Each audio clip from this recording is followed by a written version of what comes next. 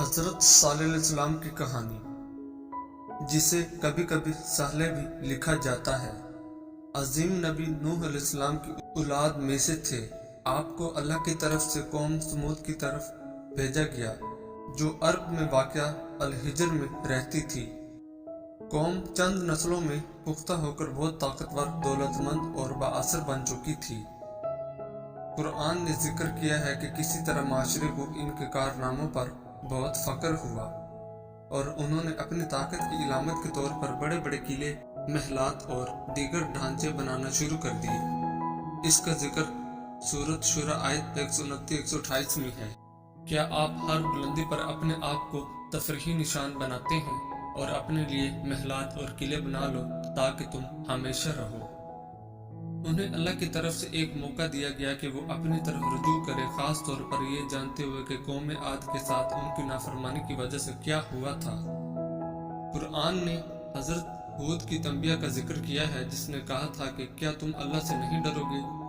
انہوں نے ان تباہات کی تردید کی کیونکہ مادیت کے جنون نے اپنی لپیٹ میں لے لیا، وہ حق کی راہ سے ہٹ گئے، قریب اپنے آپ کو خدا کہنے والے امیروں کی پوجا کرنے لگے۔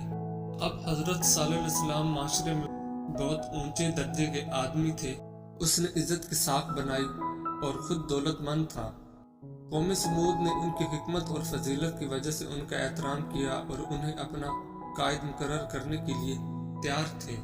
اسی دور میں اللہ نے صالح کو نبوت سے نوازا۔ حضرت صالح علیہ السلام نے اپنی قوم کو نصیحت کی کہ اے میری قوم، اللہ کی عبادت کرو، اس کے سوا تمہارا کوئی معبود نہیں۔ اسی نے تمہیں زمین سے پیدا کیا اور اسی میں تمہیں بسایا، بس اس سے معافی مانگو اور پھر اس سے توبہ کرو، بے شک میرا رب قریب اور قبول کرنے والا ہے۔ صالح لوگوں کو اپنی اطاعت اور اللہ سے ڈرنے اور عبادت کرنے کی تلقین کرتا رہا، لیکن انہوں نے جواب دیا کہ اے صالح، تم اس سے پہلے ہم میں سے ایک وعدہ بند آدمی تھے۔ کیا آپ ہمیں ان کی عبادت کرنے سے منع کرتے ہیں جن کی عبادت ہمارے باپ دادا کرتے تھے؟ اور جس چیز کی طرف آپ ہمیں بلا رہے ہیں اس کے بارے میں ہم یقیناً پریشان کن شک میں ہیں۔ تاہم غریبوں میں سے چند لوگوں نے پیروی کی اور اسلام میں داخل ہوئے، جبکہ اکثریت نے صالح کو ملامت کی۔ کچھ نے اسے پاگل قرار دیا، جبکہ دوسروں نے کہا کہ اس کے پاس ہونا ضروری ہے۔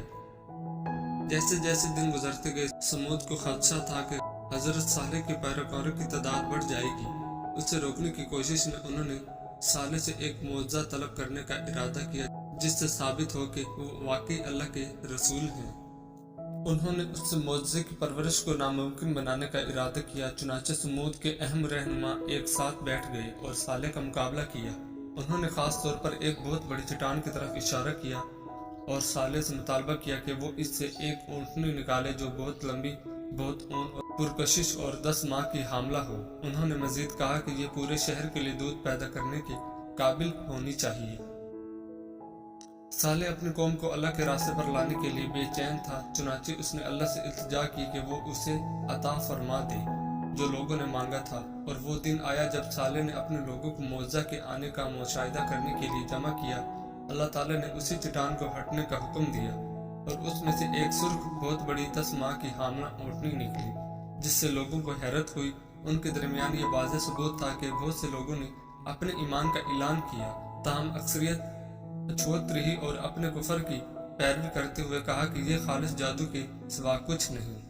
بعض روایات کا خیال ہے کہ اونٹنی کی کوئی معجزانہ پیدائش نہیں ہوئی تھی اور نہ ہی یہ تنازع تھا کہ یہ پتھر سے آئی ہے۔ قرآن صرف یہ کہتا ہے کہ اے میری قوم، یہ اللہ کی اونٹنی ہے، وہ ہے، تم ایک نشانی ہو، بس اسے اللہ کی زمین پر کھانا کھلانے دو اور اسے کوئی تکلیف نہ پہنچاؤ، ورنہ تم پر آنے والا عذاب ہوگا۔ اونٹنی واقعی ایک زندہ معجزہ تھی کہ ہر گزرتے دن لوگ اسلام قبول کرتے تھے۔ کفار یہ برداشت نہ کر سکے۔ آخرکار صالح کے لیے ان کی نفرت کا رخ اونٹنی کی طرف ہو گیا۔ صالح کو خدشہ تھا کہ کفار اونٹنی کے خلاف سازش کرے گی اور انہیں تنبیہ کرتے ہوئے کہا، اے میری قوم، یہ اللہ کی اونٹنی تمہارے لیے نشانی ہے، اسے اللہ کی زمین پر چرانے کے لیے چھوڑ دو اور اسے برائی سے ہاتھ نہ لگاؤ، ورنہ تمہیں قریب کا عذاب آ پکڑے گا۔ سمود نے ابتدا میں اونٹنی کو اپنی زمین پر چرنے اور عام کنویں سے پینے کی اجازت دی، لیکن یہ مختصر مدت کے لیے تھا۔